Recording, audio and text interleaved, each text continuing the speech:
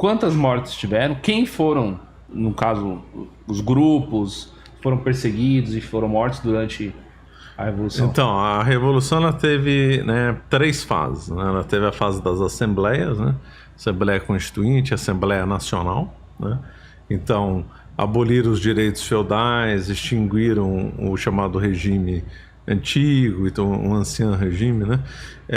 E criaram então primeiro uma monarquia constitucional de inspiração inglesa para tal, depois acabaram votando pela morte do rei e instalar uma república, né?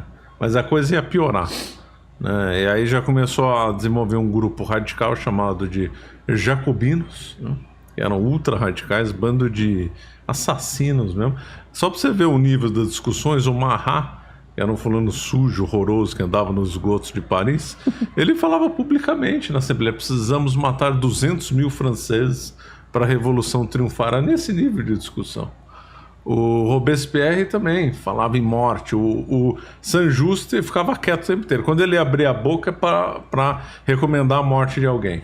O Saint-Just era o braço direito do Robespierre.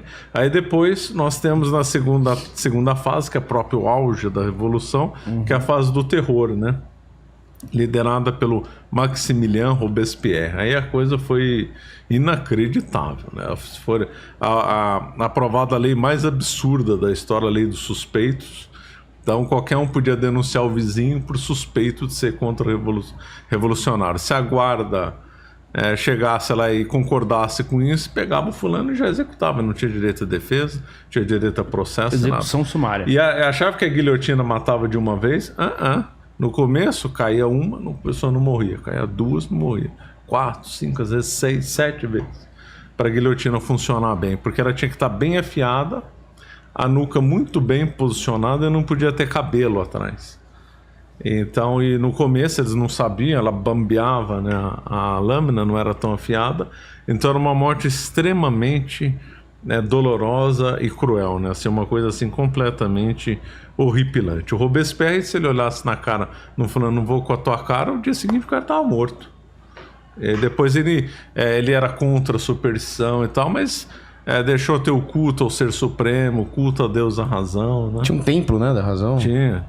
E depois, no auge da loucura dele, do poder, ele se achou o Ser Supremo, né? Ele se misturou no culto do Ser Supremo. É sempre assim. O Voltaire dizia ser contra a superstição, mas ele se deixou ser adorado como um santo. As pessoas faziam fila para tocar nele.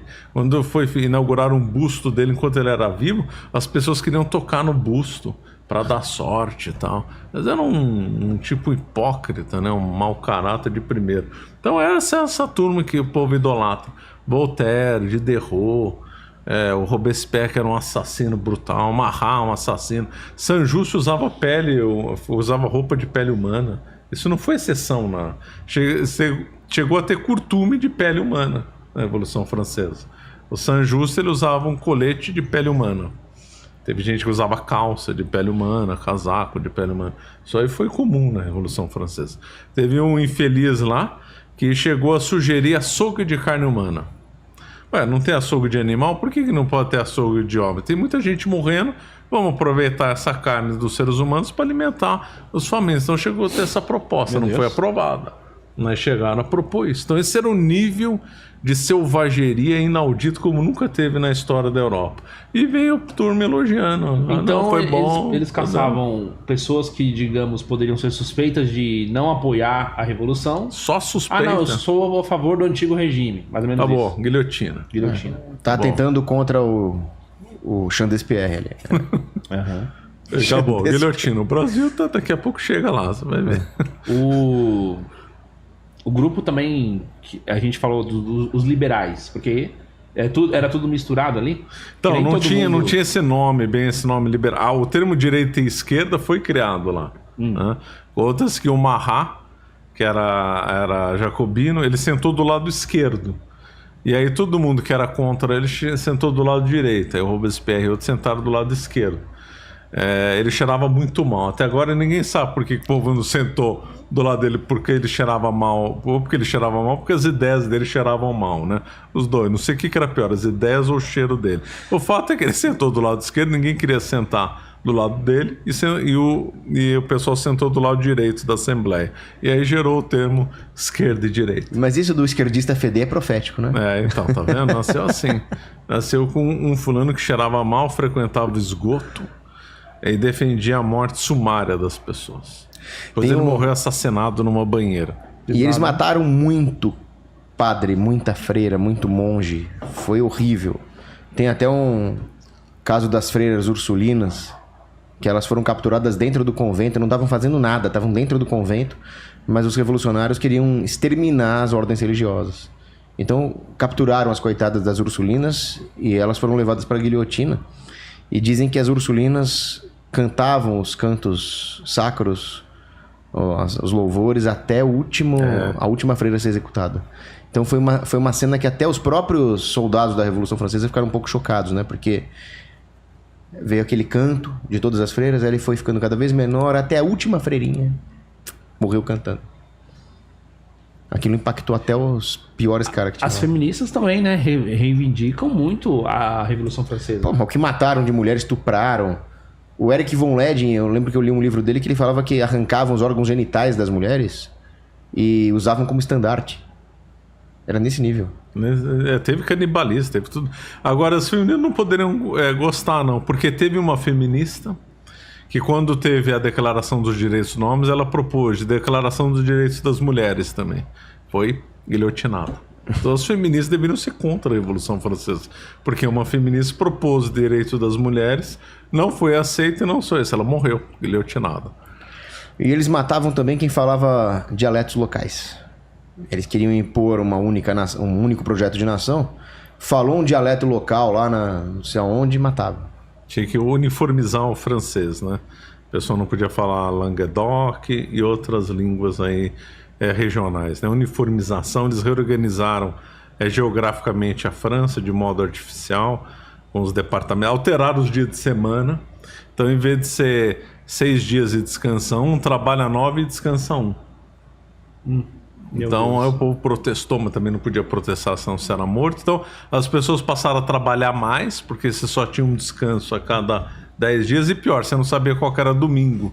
Então você também não podia então ir na missa corretamente. Então eles também atacaram o serviço religioso também, a religião das pessoas. Alteraram o nome dos meses, né? Então não era mais de 20 de outubro a 20 de novembro, era o Brumaire, o Brumário. E assim, era depois Termidor, Frimaire. Quiseram começar o ano, então não era mais ano 1791, era o ano 1 da Revolução. Entendi. Né? Ano 1 da então Revolução. os fascistas também fizeram a mesma coisa. Então eles quiseram alterar tudo, utilizaram o peso e medidas para o metro, né? Extinguiram corporações de ofício, fizeram mudança no sistema de ensino na França para incorporar os ideais iluministas proposto pelo Robespierre. Não, então eles quiseram recriar a sociedade. Não é que eles fizeram uma revolução, vamos mudar um pouco aqui, estica, puxa. Não, eles passaram uma régua, tudo que é para trás é ruim e nós vamos reconstruir o mundo de novo do jeito que a gente acha, de forma perfeita. Eles eram propriamente o que se chama de ideologia, né? E isso no ensino foi uma das piores coisas que aconteceu, né? Porque antes tinha aquele ratio studiorum, aquela pedagogia escolástica, aquela pedagogia jesuíta, né? E eles trocaram isso pelo enciclopedismo, que é a ideia de você decorar um monte de dados para virar um burocrata estatal. Eu ia até fazer um comentário sobre isso, tá aqui no nosso roteiro. Se a gente pudesse pontuar uma coisa boa da Revolução Francesa. Não tem. Zero. Não tem. Não. Se você apontasse uma arma na minha cara e falasse, fala uma coisa boa da Revolução Francesa, senão atiro, eu diria que é o sistema métrico, vai. Não, também não foi bom. Porque o sistema métrico, ele não é baseado na realidade. Porque quando você... o sistema métrico, como é que ele surgiu o peso medido? Com coisas óbvias, né? Polegada, palmo, jarda, pés, passo, né? Você tinha pé na realidade, né? Coisas fáceis. Se a gente não tiver um metro, como é que a gente calcula o tamanho dessa mesa que vai no palmo? Entendi. Se a gente quiser encostar essa mesa num lugar para ver se cabe, a gente vai usar o palmo. É instintivo. O passo, o pé, junta um pé. Eu, quando jogar futebol com meus colegas e fazia o gol do mesmo tamanho, era medido no pé. Ninguém ia lá na casa Havaianas, pegar né? pegar uma fita métrica para calcular. Isso não existe, não existia no dia a dia. Você acha que um pessoal do interior está preocupado com o metro? Ele vai medir do jeito do instinto dele. Então o metro foi, primeiro, rompeu com a tradição de pesos e medidas da França, que era também regional, também tinha vários pesos e medidas regionais. Isso aí foi tudo extinto. Algum termo ainda sobrou na França, como por exemplo o livre, né? Que é uma medida. Mas esse daí sumiu da França em favor de uma unificação totalmente arbitrária, ridícula, que não tinha sentido na tradição e nem no dia a dia das pessoas, porque eles quiseram reconstruir tudo, né? Fizeram tirar tudo da cabeça e construir tudo, desde o peso e medida, dia de semana, tudo, ensino, qualquer coisa. Era a reviravolta do mundo completamente. Bom, essa ideia da ausência de um parâmetro cotidiano de medida é interessante mesmo. O Brasil teve a revolta do quebra-quilo, hein? Os brasileiros se revoltaram lá na Bahia contra a imposição do sistema métrico no Brasil. Pegaram e saíram para quebrar. Não dá, é contra a tradição, nós já temos outros pesos e medidas que a gente mede com outras coisas, não tem que pegar essa coisa aí dos franceses. Teve revolta no Brasil. Quebra-quilo. Porque o pessoal sabe, tá acostumado com aquilo. Sim. Uma coisa imposta, uma coisa acostumado. arbitrária. O que é um metro? Isso, aquilo. Ninguém sabe. Bom, A ideia, mas realmente a ideia de impor um sistema de não dá. pesos e medidas de cima para baixo péssimo. é péssimo mesmo. A coisa tinha que ser espontânea. Eu ia até Porque perguntar- realmente tinha uma confusão, né, entre os mercadores de várias regiões. Sempre se qual deram medida bem valia? durante séculos, né? Mas se deixasse rolar, ia surgir se acertar. ia surgir uma padronização espontânea para reduzir os custos de transação. Tá. Bom ponto, bom ponto. Você acaba de assistir um corte do Caravelas Podcast.